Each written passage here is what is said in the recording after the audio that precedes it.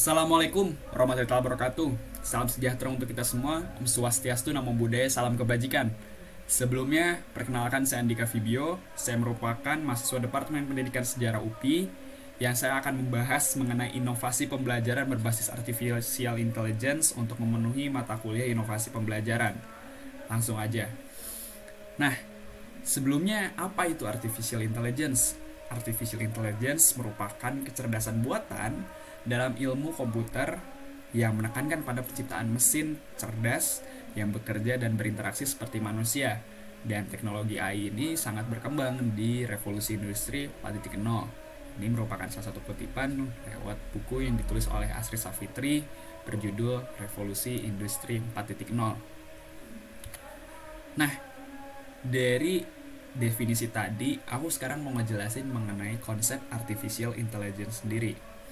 Lewat adanya hasil yang didapatkan oleh artificial intelligence sendiri, yang pertama, ada yang namanya algoritma.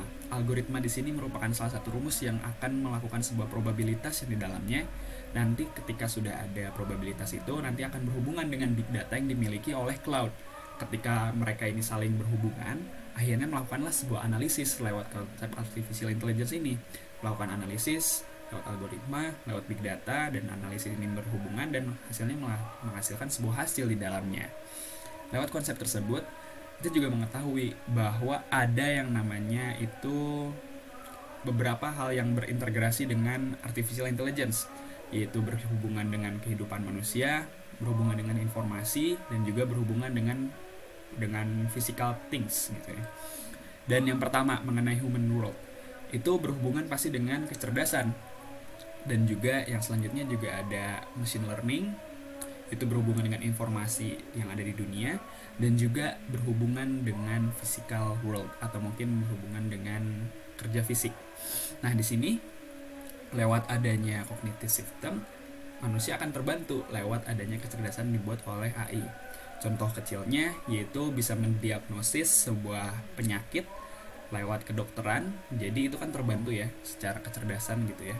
Dan juga selanjutnya mengenai machine learning atau mungkin berbau tentang informasi dan lain sebagainya, dan berhubungan tentang physical world atau robotik. Nah, jadi biasanya AI sendiri itu disetting kepada yang kita tahu ya, kayak misalnya di pabrik-pabrik melakukan sebuah pembuatan sebuah barang lewat adanya robotik. Nah, di situ juga mereka diinstal secara AI gitu ya, dan juga mereka terintegrasi untuk membuat sebuah barang dengan cepat tanpa adanya permasalahan di dalamnya, seperti itu.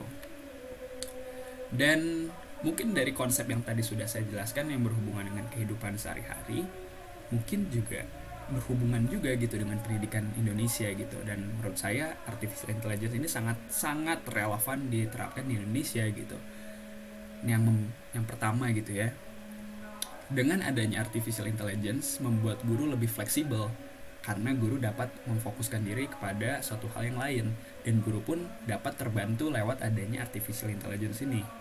Dan juga lewat adanya probabilitas yang kita ketahui dari misalnya seawal semester hingga akhir semester, si siswa tersebut tuh kita ketahui misalnya dari nilai matematika naik, dari biologi naik, atau mungkin dari IPS-nya turun dan lain sebagainya.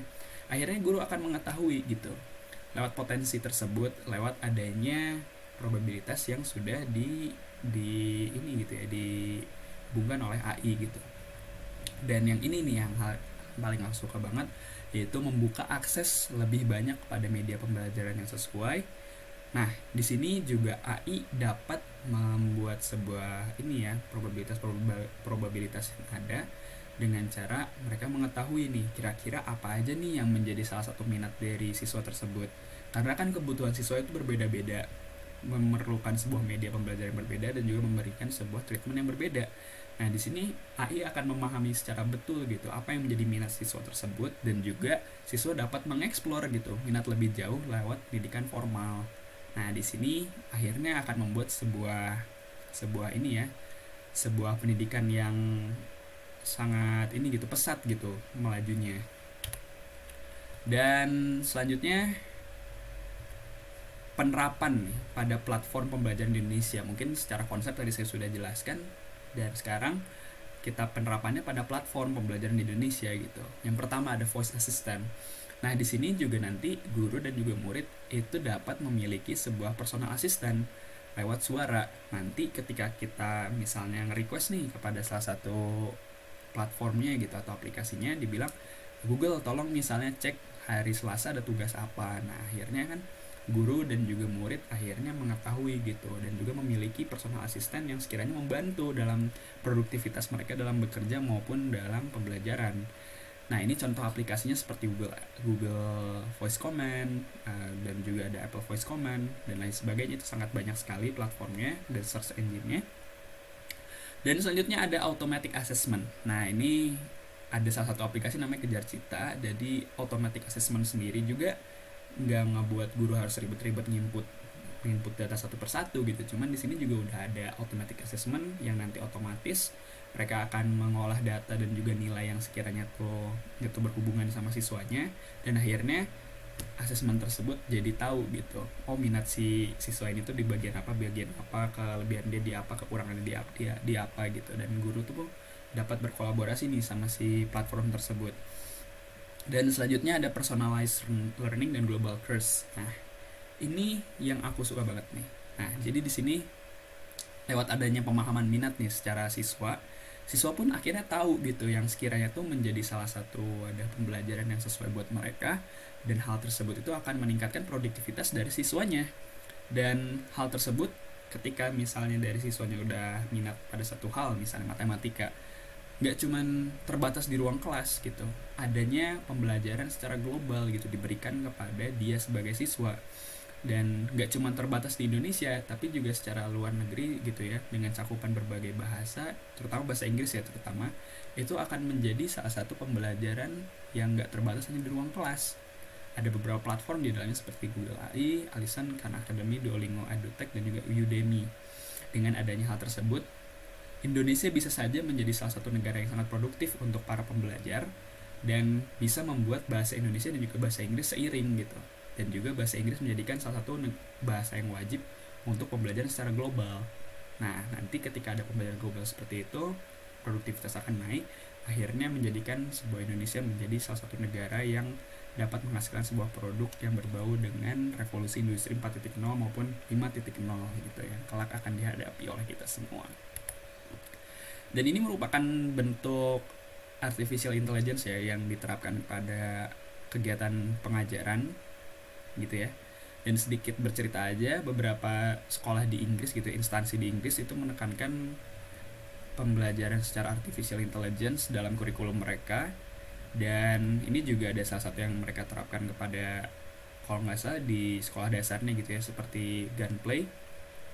Itu mereka akan menggambar suatu hal gitu ya, dan akhirnya dari si platformnya itu akan atau mungkin si aplikasinya akan membuat apa ya, kayak ini tuh gambar apa sih, contohnya nih ya, kalau bisa dilihat itu ada bunga gitu ya, dan akhirnya dari pihak Doodle ininya, pihak Gansnya akan memproses bahwa oh ini gambar ternyata adalah bunga matahari seperti itu. Dan juga ini ada Google What If, ini sangat seru sekali. Jadi kalau misalnya melihat dari probabilitas yang ada di negara, misalnya bagaimana kalau misalnya pemimpin ini yang naik, bagaimana kalau misalnya hal ini terjadi di negara tersebut. Nah, Google What If ini akan meramalkan gitu ya, berdasarkan berhubungan gitu ya dengan konsep yang saya sudah jelaskan.